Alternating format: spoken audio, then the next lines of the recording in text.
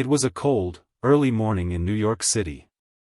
The glass doors of a towering corporate skyscraper swung open as Daniel Carter, a wealthy, disciplined CEO with no time for nonsense, marched through with fire in his eyes. He had just reviewed late-night security footage showing a janitor lingering in the building after hours, with a child. To him, this was unacceptable. "This is not a shelter," he muttered, furiously punching in HR's number as he stepped into the private executive elevator.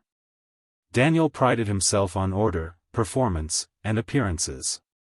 To him, anything outside that structure was a threat to efficiency.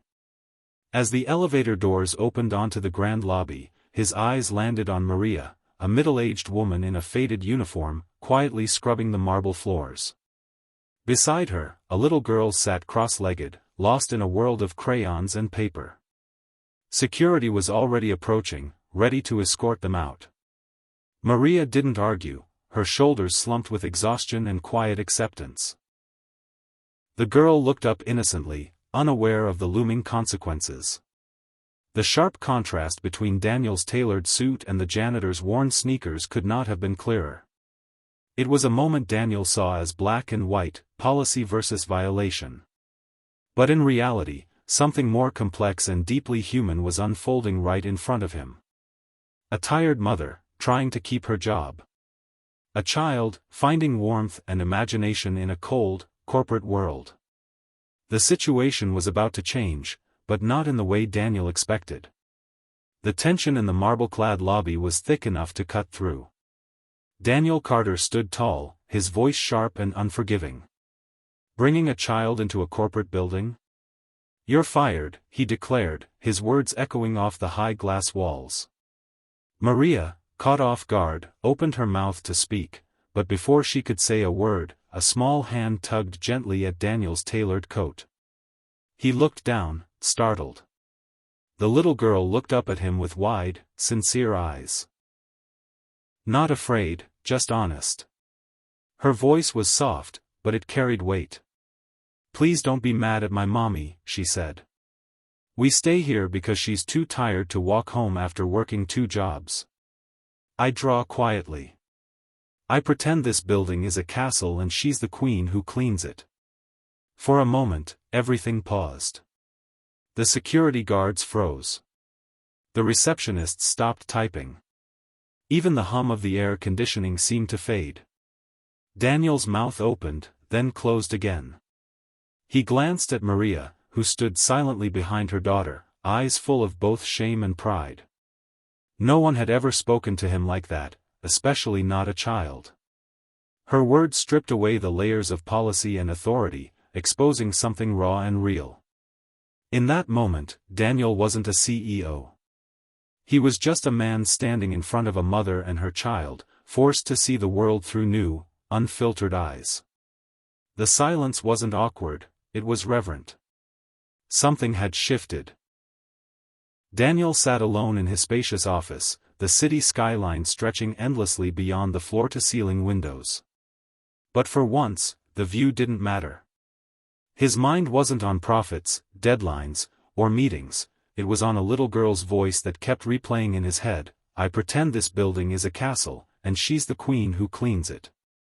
He loosened his tie, suddenly feeling suffocated. His eyes drifted to a framed photo on his desk, his mother, smiling faintly in her maid's uniform, arms wrapped around a younger version of him. She had scrubbed floors and washed windows just to buy him school books. He had sworn to succeed for her, to rise above, but somewhere along the way, he had forgotten what real strength looked like. Unable to shake the unease, Daniel pulled up the security footage again.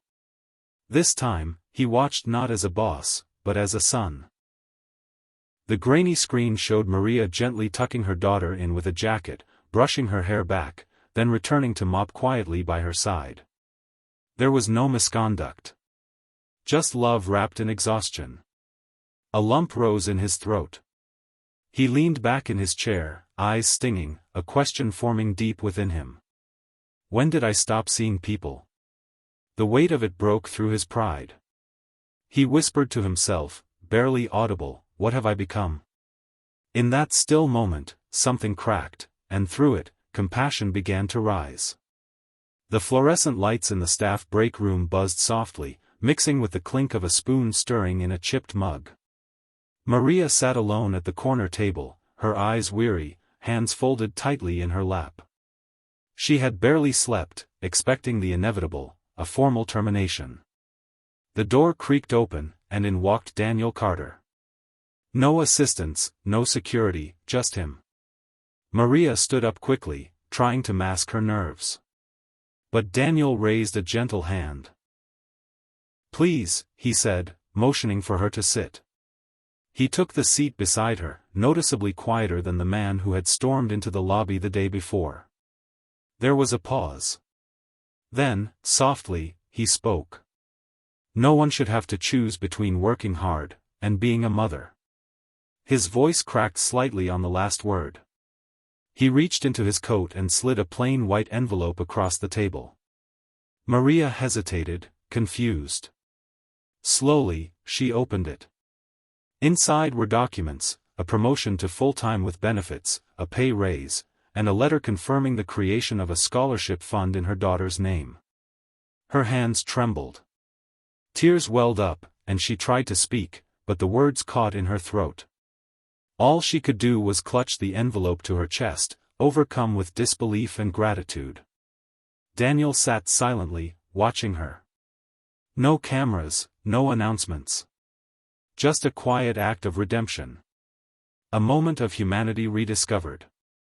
In that humble break room, dignity was restored, and hope, quietly reborn. The grand ballroom shimmered with gold and crystal as guests in tuxedos and gowns mingled under chandeliers. It was the company's annual gala, a night of speeches, awards, and carefully crafted success stories. But this year, something was different. The air held a quiet anticipation. CEO Daniel Carter took the stage, standing tall behind the podium. His suit was impeccable, but his expression softer, more human. He cleared his throat, scanning the room full of executives, press, and shareholders. This year, he began, we honor someone who reminded us what real success looks like. Not profits or power, but heart. Whispers stirred across the room. He smiled gently. Our honorary board advisor is someone small in size, but great in wisdom. Then, he extended a hand toward the side of the stage.